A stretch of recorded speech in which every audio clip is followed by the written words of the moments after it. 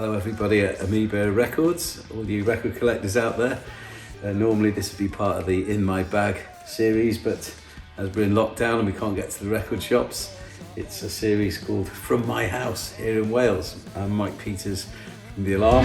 Let's go, let's go, let's go down to paradise where our flowers grow. This is the record I've just brought in the last couple of weeks. It's called Assembly. It's by Joe Strummer. Oh, come, girl, and the excitement gang. Singer of The Clash, and it's a fantastic record that brings together all his mighty solo work. I actually own all the solo records of Joe Strummer, but this really does bring together a great collection. So if you're just a Clash fan like I am, obviously, and you want to know a bit more about what Joe Strummer was about after Clash had gone their separate ways, then this is a great start, a great entry point. We're lucky in The Alarm to have Joe Strummer's drummer from the Mescaleros, Smiley. He became part of a band when I was asked to sing for the memory of Joe Strummer and play with the Mescaleros. He'd never got to say goodbye to Joe because he passed away so suddenly. So they put the band together and all the crew, and they needed someone to sing, and Smiley was the drummer in the Mescaleros, said there's only one guy for the job, and that's Mike Peters of The Alarm.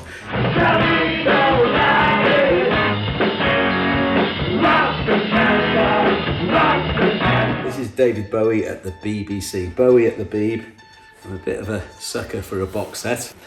I really bought this because I'm a big fan of Bowie's glam rock era times, through from Hunky Dory through to Ziggy Stardust and Diamond Dogs and Aladdin Sane. And but what I love about this collection, it's got some of the songs that probably kick-started Bowie's glam rock obsession.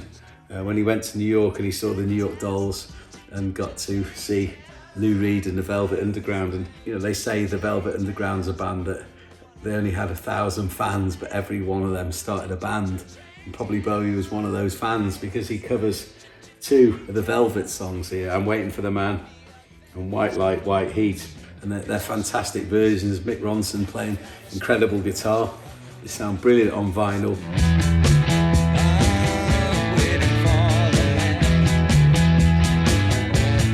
If you ever have to take one album away with you to a desert island, then I'd suggest Quadrophenia by The Who. It's got a fantastic story. It's more than just a record. It's a double album. You never tire of playing it.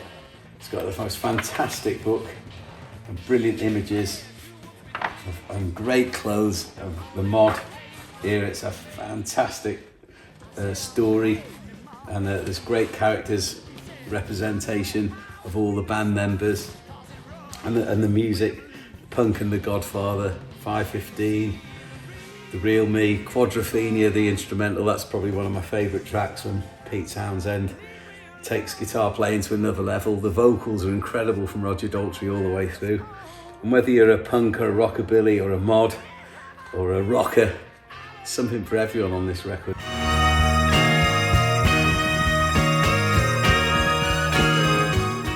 The late great John Lennon of the Beatles fame.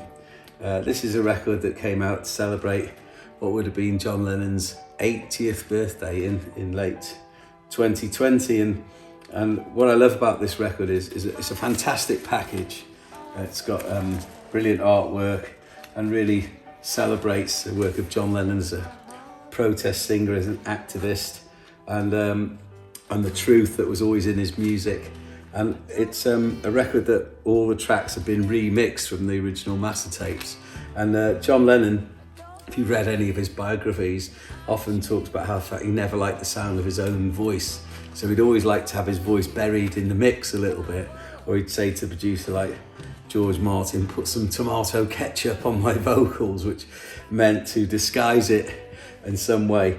And what I like about these records, it really does bring John Lennon's voice to the fore, and it's not too far that it changes the whole dynamic of the original tracks, but you just get that little bit of extra emotion out of his singing when you hear it, and it's absolutely sounds like a very contemporary record today. It's been too long since we took the time. No one's to blame, I know time flies so quickly. Okay, I'm getting a bit obsessive now. There's two records in this collection of mine that have Mr. Joe Strummer as the singer. Wide ride, I wanna ride, wide ride, I ride on my own. This is really the record that does it all for me. This is the debut Clash album, the first album that came out from the band, that came out in 1977. When I went to the record shop and bought this in Rill, from Greaves Record, I seem to remember, I had to come home on the bus, and you'd come home and just reading the song titles was enough. It fired your imagination. Janie Jones, Remote Control, I'm So Bored with the USA, White Riot. I'd heard White Riot, had the single, that was my way in. Hate and War, What's My Name? It was absolutely, when you just, all the imagination was on fire, just travelling home, and you hadn't even put the needle down on the record.